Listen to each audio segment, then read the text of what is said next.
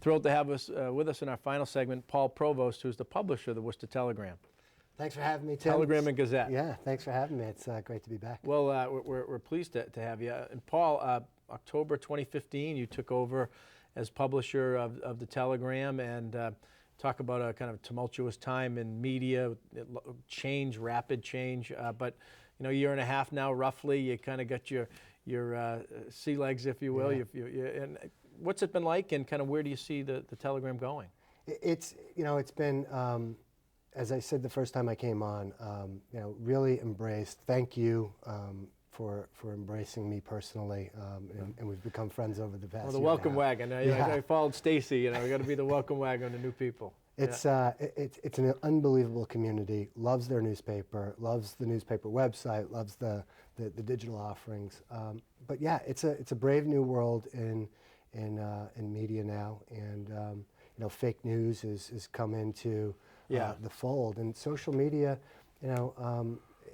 for what it is interesting, but it's not the place where you have trusted journalism. 151 years of the Worcester Telegram and Gazette in this community, with over 50 journalists every single day going out and providing unopinionated news and information for Central Massachusetts. And last year you had a great 150th event. Big Poppy came in, but that's a milestone. 150 years of journalism that is really impactful, telling the story of the people and businesses and organizations in Central Massachusetts each and every day in a way that connects, and that endures, notwithstanding some of the challenges, and yet you've got to adapt to the times. There's the print piece, there's new platforms that you're engaging in, and how do you kind of work that every day? And kind of every day we're working with our employees at the Chamber to kind of adapt and kind of new ways of delivering information and services for our members. You've got to do the same thing. We do, yeah, and it's a good parallel. And I think every business right now is in some level of transition.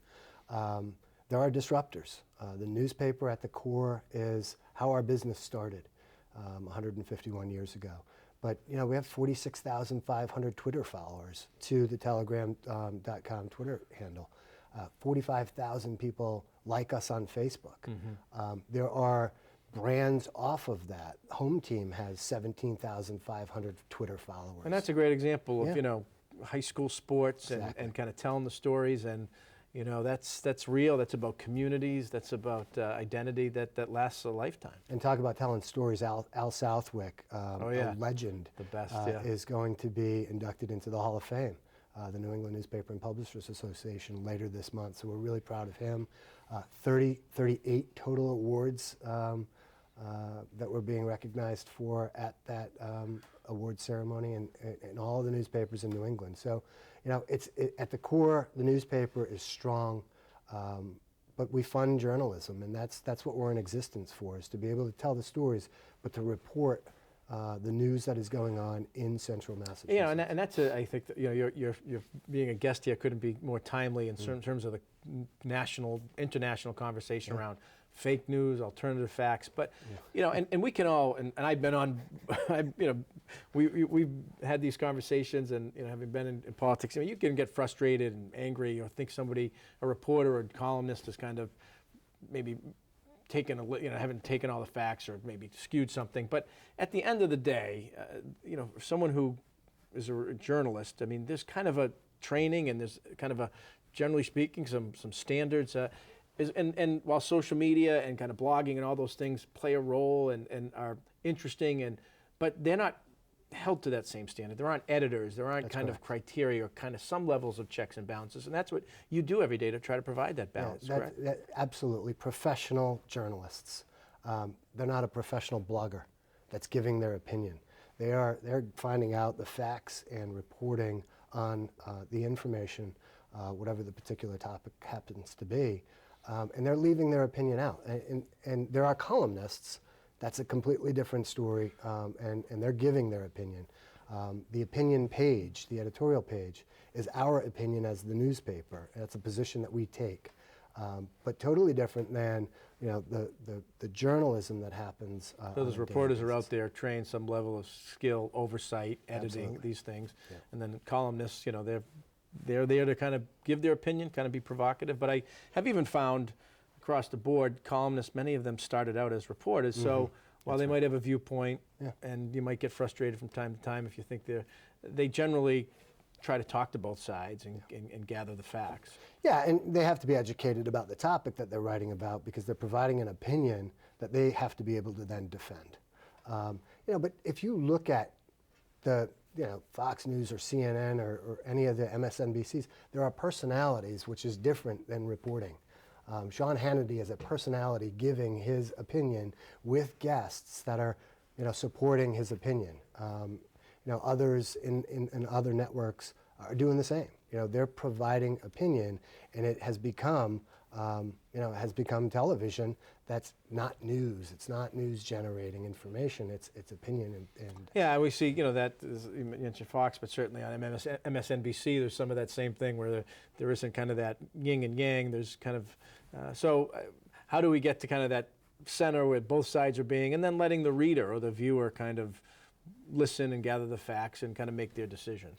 And Point Counterpoint was something that we launched this past year to do exactly that. Take a topic, have two professionals really do their homework and write about it, and have the readers read both of those sides and make their own opinion. And certainly you couldn't have two more different people in Roberta Schaefer and Rick Rushton. That's right. Yeah, and both very good from their viewpoints, and I think bring a lot to the table, and certainly have helped us pretty immensely with that column. And you're a newspaper man and been in the industry, so my sense from our conversations, and you seem, as much as there are challenges, I think you're bullish about the Telegram and the role that it can continue to play. I am, and not only about the newspaper, but we're about to launch a brand new company that I'm very excited about to show that we're a newspaper at our core, but everything that we are doing is to fund journalism.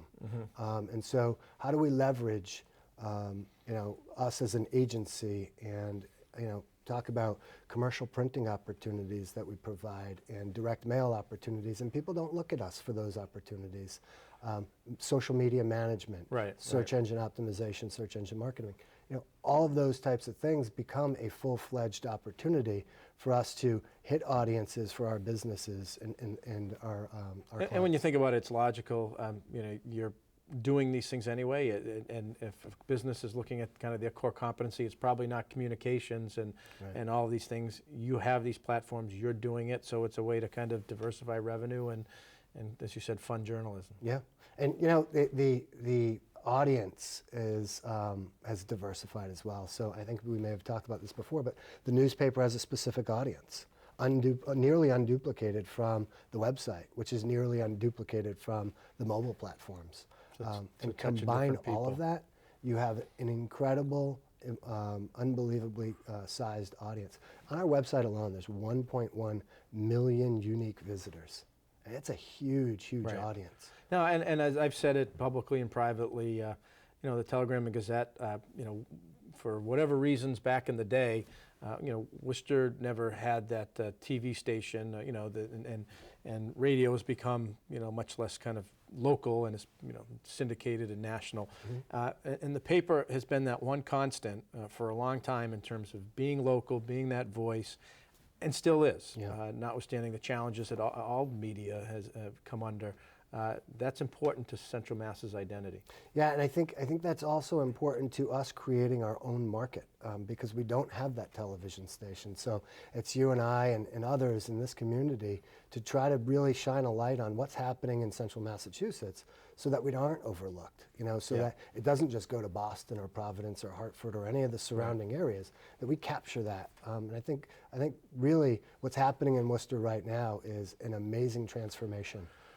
And a lot of people Good stuff. should take credit. Yeah. Well,